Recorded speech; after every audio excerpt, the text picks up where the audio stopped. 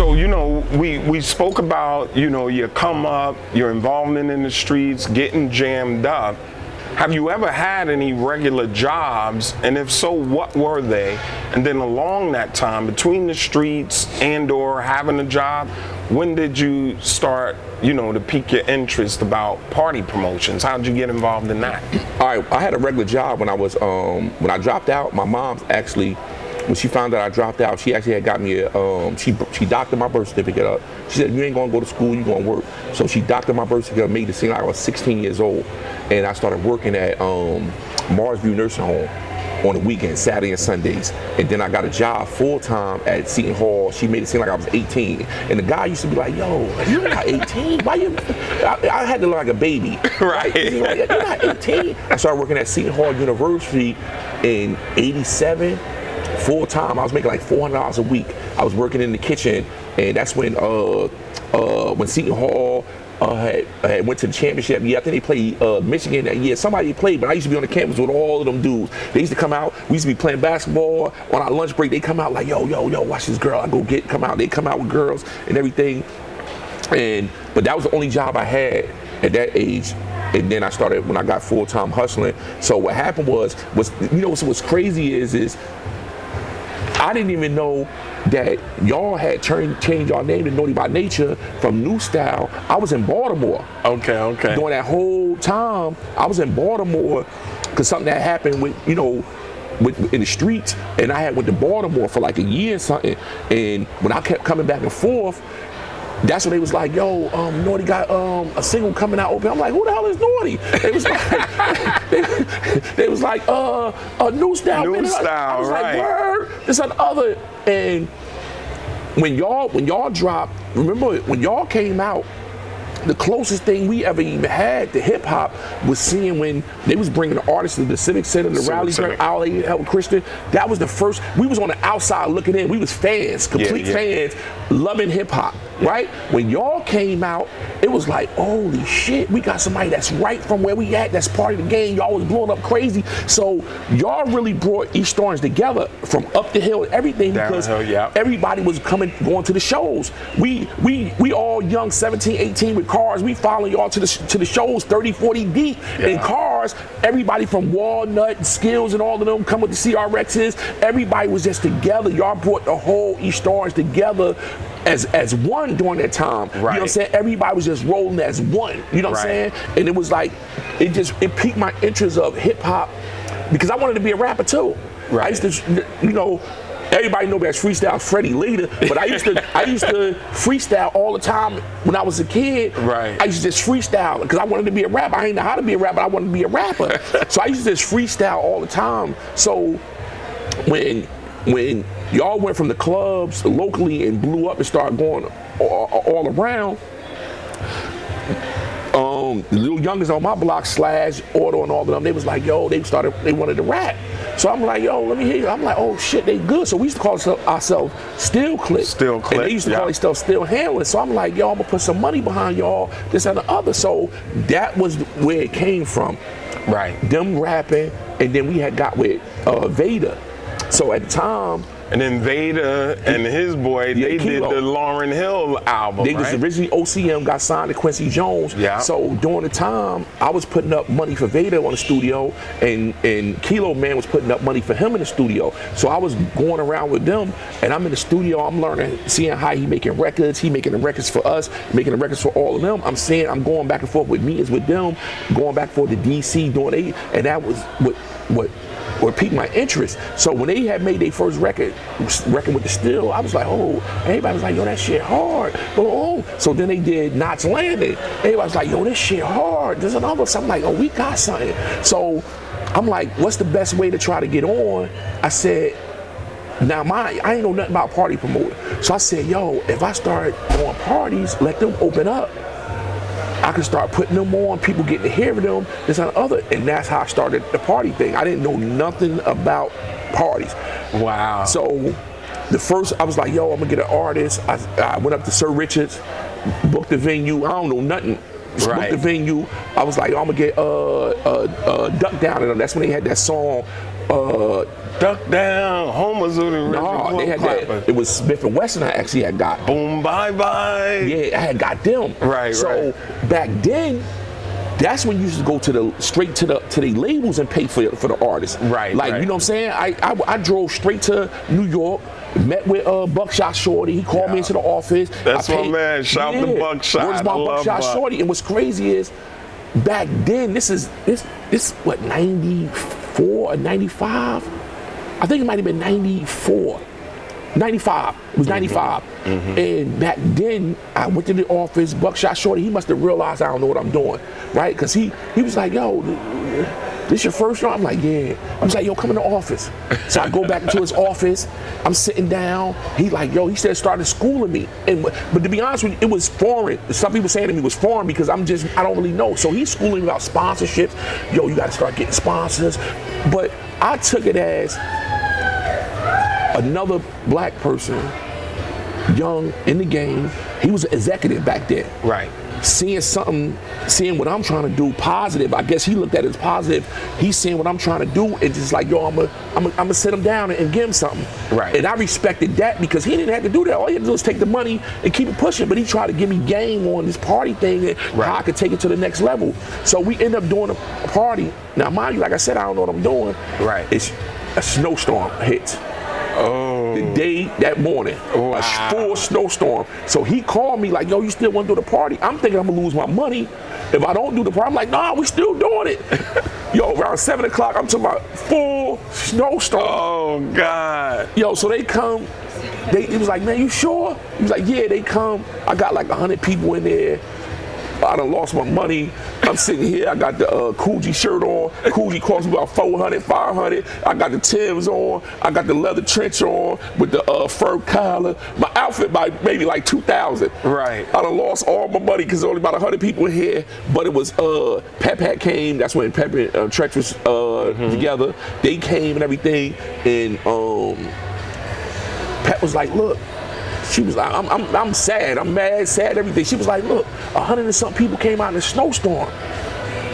But, you know, I done lost my money. That shit sound good, but it ain't sounding good. The glass is half full, you know? She was like, so, old boy was like, yo, nah, man, don't worry about it. We gonna do for everybody don't know, Tretch, we call Tretch old boy. We gonna do a joint at Symphony Hall. So, me knowing now what I know, we ain't supposed to go from no club that I don't know what I'm doing to straight theater. Symphony like, Hall, right. To my lost my shirt. Woo-wee. Lost my shirt, bro. But the lineup was sick though, Kev. Right.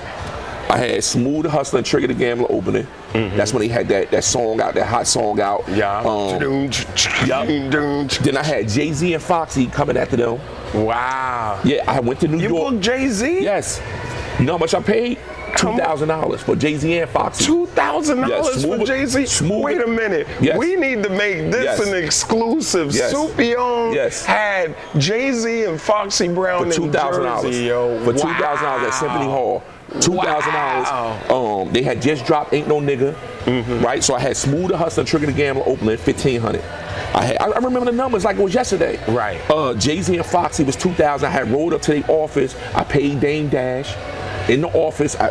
Right there, boom. Then I had Faith coming after them. Faith was $7,500, and then I had the Genius closing it. He was $8,500. Wow. Right, and I had Wendy Williams hosting. Right. So we do 70 Hall. Mind you, now what I know now, we had I think 60 days promotion. It might have been less. 30 days promotion. Right. Which is. Come on, you can't do need that. Minimum 3 months, for a theater, for a bill like that, right? Minimum. I had the dopest lineup now, right. So again, I don't know what I'm doing. We sell like 100 and something tickets on a venue that hold 2-something thousand, which I should have canceled and pushed it back. We still went on with the joint because I'm thinking, all right, they're gonna come this and other. They get there, ain't nobody in there, right? Shit. We shut it down.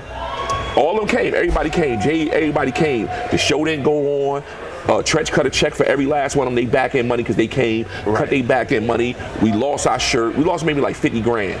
Like, you know what I'm saying? Between the rental and all of that stuff. We maybe lost like 50,000. So Wendy Williams got on the radio the next day. and dogged me. Ooh. She was like, yo, wasn't enough people in there to start an argument. Wow. She said it was crickets in there. Yo, she bodied me on the radio. Bodied me. Everybody pulling up on me like, Sue, what happened? I said, what happened? Y'all ain't come. Right. That's what happened. What happened? I lost my shirt. I started smoking cigarettes and everything after that. Yo, word up, man. So but you know what? Obviously you were in the game there, but I want to kind of toss it back to, you know, we're all from the same hood, and like you said, y'all had Still Click, we were on 18th Street, we had 6th Ave, there was 4th Ave.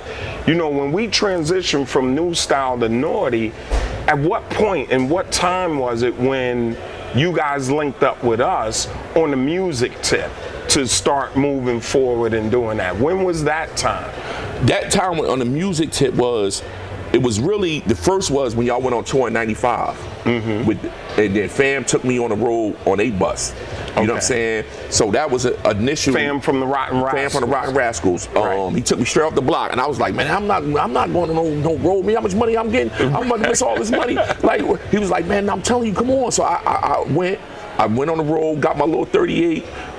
Jumped on a tour bus. I had 2 ounces of chocolate and a 38. Jumped on a tour bus. We stashed the joint on the, you know what I'm saying, in the joint. And, so from that, me seeing that going around the country, you know what I'm saying, I'm seeing Ice Cube was one of my favorite rappers. Right. Cube and Scarface, my favorites. Right. I'm sitting here looking at them on the side of the stage, like, oh my God, that's Cube, that's Scarface. So that sparked that interest, going around on a road and doing all of that. And then me coming back, I'm starting hustling again. So when I'm on 6th Ave, hustling, I moved from Grove, I'm on 6th Ave. So Fam from the Rock Rascals come down there every day, harassing me. Yo, man, come on, man, put this money up on this week. I'm like, man, bruh, stop, man. He be right there to cut with me. I'm banging. I'm banging G-Packs. He right next to me. Bruh, I'm telling you, man. I'm like, hold on, let me finish this pack, then we gonna leave. Like, he right there with me every day. Like, come on, man. Like, yo, let's do this. I'm like, all right. So I was like, all right, I'm gonna put the money up. Then we started working from there. And then that's when you came in. You was like, all right, look, I see what y'all trying to do. You know what I'm saying? I'm gonna take y'all on a road. That's when we linked back up again. Originally to go back on the road. Now we back on trying to get on. Y'all doing y'all thing, and we trying to get on at the same time. That's when we link back up. Well, now is business now. Like, you know what I'm saying? Going on that whole run. And it was different now. It was different from me just following shows and seeing the shows. Now it's like, all right. It's a whole different, now it's business now, like, you know what I'm saying? Right. And then at a certain point, so again, you did the Symphony Hall show, and then eventually you began, you know, being the tour manager for Naughty by Nature. Yeah, so how the hell did that come about? It came, I guess, being on the road, carrying bags. I started, you know, carrying the bags like everybody else. A lot of people can't take that and, like I tell people, even at my job I'm at now, like, nobody cares about your background out there. Right. We here now. Right. Nobody don't care that you Ali Mustafa that done slang 1,000 birds. Nobody cares. Right. You did your bid, and this is where you landed. Exactly. Go get that mop. Yeah. We got clean up on our 8. You know what I'm saying? We're Arizona iced tea. So I started off with the bags and everything, and you know, carrying the bags, whatever. So I don't know. To be honest, I can't know when the conversation had. I just felt like, okay, I assume that y'all trust me enough to say, all right, he responded enough to handle the business while we out here. You know what I'm saying? So that's when I made the transition, and y'all put me in position to be the road manager and start handling the business between Rebecca, who was y'all manager at the time, fielding all the calls and everything while I'm on the road handling all the business for y'all coming through me on the road. You know what I'm saying? Right. Which was, you know, at that time, it was a learning experience for me, something that I'd never done before, and you know, to be trusted like that, you know what I'm saying? I'm dealing with the back end of the money and all that, you know what I'm saying? So it's a big responsibility. Right. You know what I'm saying? And then with that, so being a tour manager for Naughty by Nature and doing that job and that job description, how did that help you as a party promoter and understand that part of the game? It's be honest with you, it's really a cheat code. Right. What I got going on now is really a cheat code, because me going on the road with y'all, handling, like I be trying to tell people, like, bro, I dealt with people that had Naughty in the business, a crossover business. Right. Naughty ain't in the business that I'm in, what I'm doing right now with urban clubs and all. Naughty's in the crossover business. Right. So I'm dealing with people in arenas, theaters, colleges. Like, I'm dealing with these people that's through y'all. And with a white audience. Like with a white audience. Right. Like, just dealing with a different brand. You know what I'm saying? So that was learning buildings, knowing the difference between demographics, marketing, you know what I'm saying? And not necessarily just conversational wise, just watching you maneuvering marketing wise. I take a little bit, I tell people all the time, I take a little bit from everybody. Right. You know what I'm saying? And put it in a gumbo, because if you see somebody successful doing something, you take a little piece of what they got going on, you know what I'm saying? You watch them and you put a little twist of that on you. So that really was my cheat code with what's going on, what I got going on right now. Right. And also dealing with so many different artists, because this touring with y'all toured in body. Like, I can say it, y'all ain't gotta say it, y'all can be humble enough. Right. Like, we done toured in body. All y'all, I'm gonna look at the camera for this one. All y'all favorite rappers, all y'all favorite rappers from the 90s all up, you can name them. They was bodying them out there on that road. Body. I'm talking about all y'all favorite rappers. Right. Body every night. They ain't gonna say it.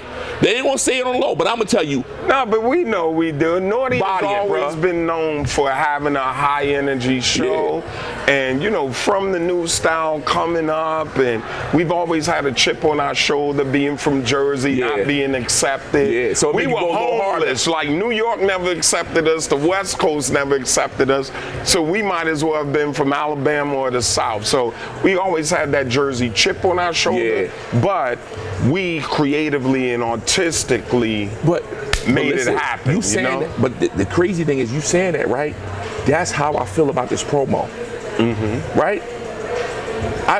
And I'm gonna give you an example, right? On the block, I'm gonna take it back to the block, right? When I come out on the block, I used to try to tell my homies that was around me, I ain't trying to crush y'all. It might look like I'm trying to crush y'all. Right. I said, but I'm competing against dudes that's 5 miles away hustling. I said, because if a customer come outside and they got their last $10, I want them to go buy 30 hustlers to get to me to get mine.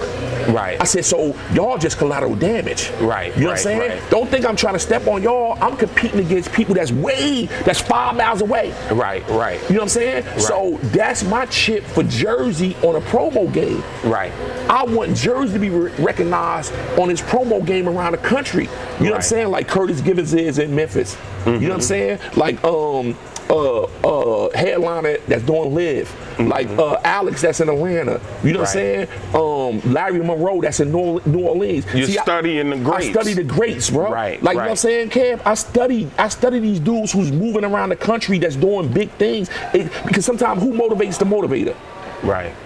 Sometimes you don't wake up motivated every day. Sometimes you got to look at somebody else who's doing some shit great like you and be like, yo, I got to step my shit up. Right.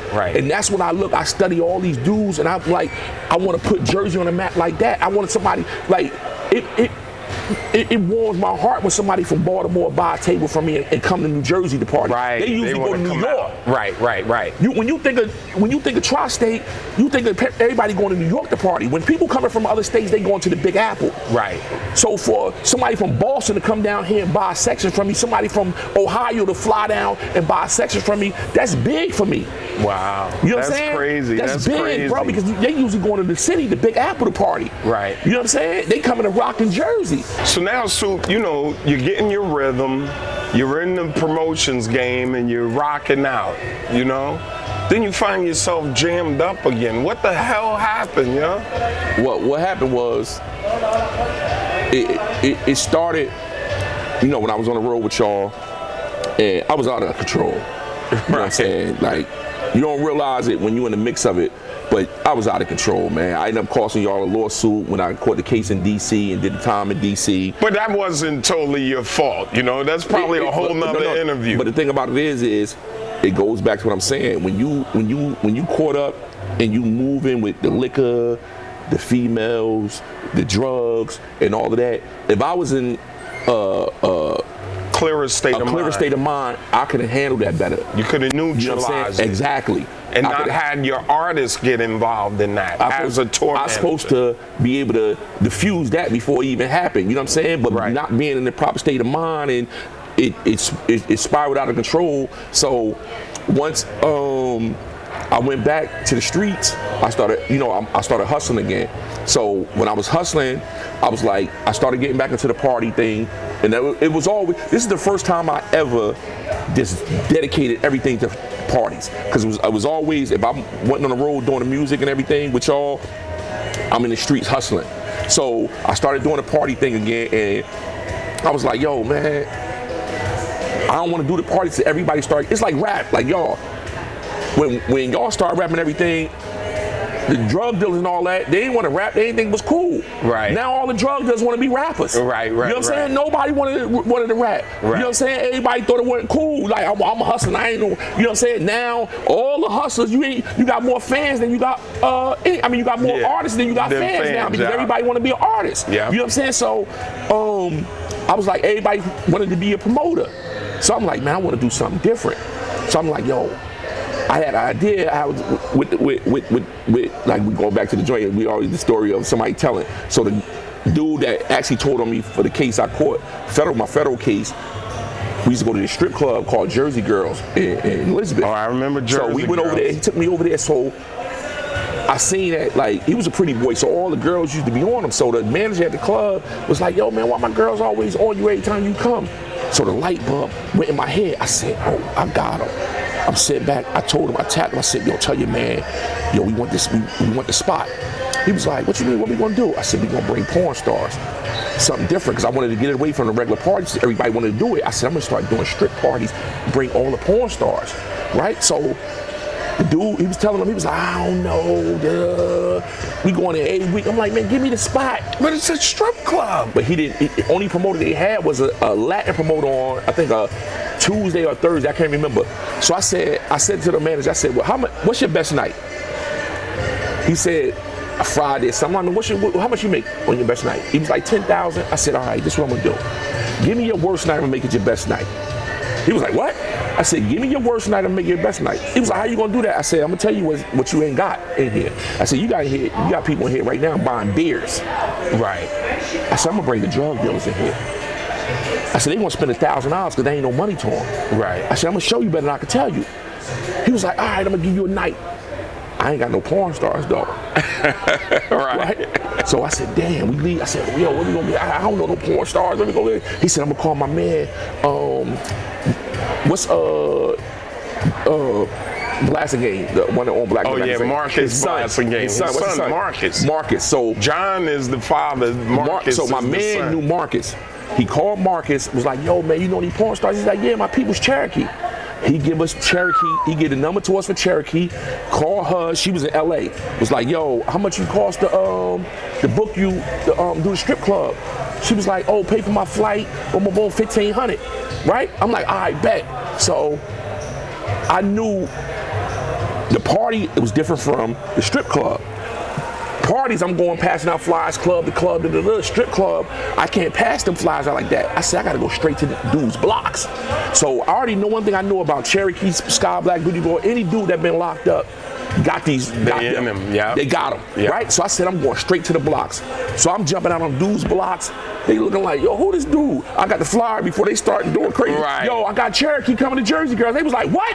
I'm like, yeah, they yelling out the block, yo, he got Cherokee coming to Jersey Girls. So I'm doing this for 2 days straight.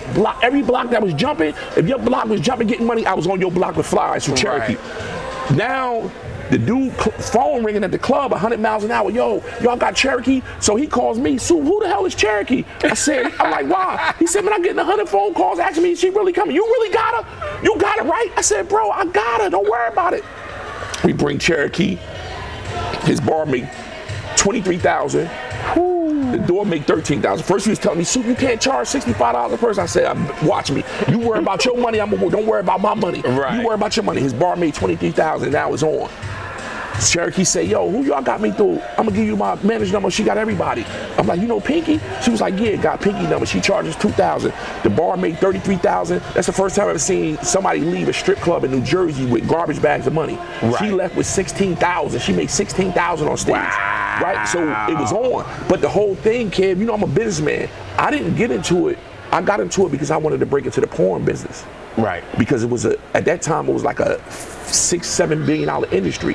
Right. So I said, if I could break into the porn and start doing my own videos, not me starring in, but hiring, doing my own production, if I get 1% of that Right. 1 billion, I'm up $10 million a year. Yep, you know what I'm saying? And I felt like I'm gonna bring something different to the game. I'm gonna bring the street element to the game. If you look at black porn, it was corny.